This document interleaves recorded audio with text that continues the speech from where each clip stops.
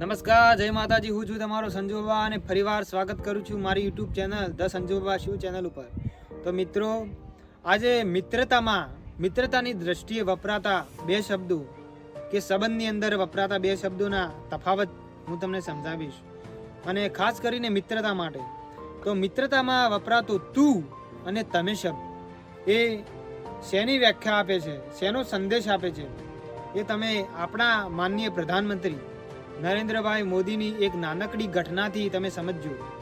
તો જ્યારે એક ઇન્ટરવ્યૂ દરમિયાન નરેન્દ્રભાઈ મોદીનું ઇન્ટરવ્યૂ કરવામાં આવ્યું, ત્યારે એક ઇન્ટરવ્યૂ દરમિયાન તેમણે કીધેલું કે હું જ્યારે પ્રથમવાર ગુજરાતનો મુખ્યમંત્રી બન્યો ત્યારે મેં એક નાની એવું જમવા માટેનું અને પોતાના મિત્રોને મળવા માટેનું એક આયોજન રાખ્યું.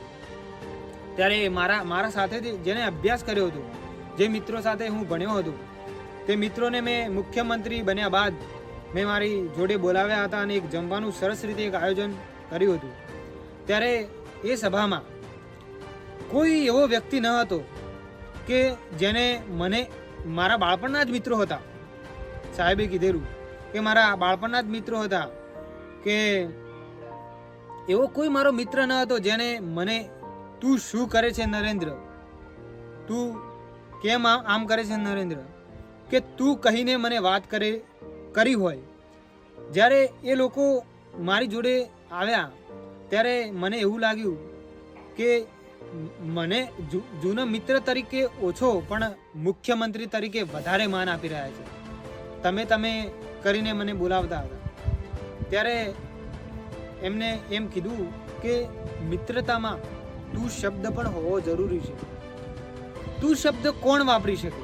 તું શબ્દ એ વ્યક્તિ વાપરી શકે કે જેને તમારાથી કોઈ નિજી સ્વાર્થ ન હોય, જેને તમારી પાસેથી કંઈ લેવું ન હોય, કે પોતાનું કોઈ અંગત કાર્ય ન હોય.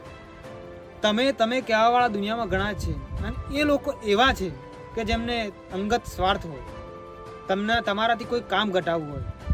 તો મિત્રતાના તફાવતમાં જો તમારો કોઈ મિત્ર હોય જે તમને વારંવાર તું તડાકા અને માન વગર જો બોલાવતો હોય તો એ તમારી સાચી મિત્રતા છે અને એને સાચો મિત્ર ગણજો. બાકી તમે કહેવાવાળા સમયે તમારું કામ નીકળી જાય તમારાથી ત્યારે છટકી જતા હોય છે. એટલે દુનિયામાં સૌથી વધારે મોટી વસ્તુ જો કોઈ હોય તો એ છે મિત્રની પરખ કરવી. તો આ નાનકડી વાર્તા પરથી તમને કાંઈ પણ શીખવા મળ્યું હોય તો કમેન્ટ કરવાનું ન ભૂલતા અને ચેનલને સબસ્ક્રાઈબ કરવાનું ન ભૂલતા. તો મળીશું ફરીવાર એક બીજા નવા વિડીયોમાં. અને મિત્રો, હાલ થોડી મારી એક્ઝામ ચાલી રહી છે, તો વિડીયોનું કંઈ કન્ટેન્ટ જોવા જઈએ તો કંઈ ખાસ નહીં હોય, પણ થોડો સમય લાગશે વાર, પણ આવશે મજા. તો બન્યા રહેજો મારી સાથે. જય માતાજી.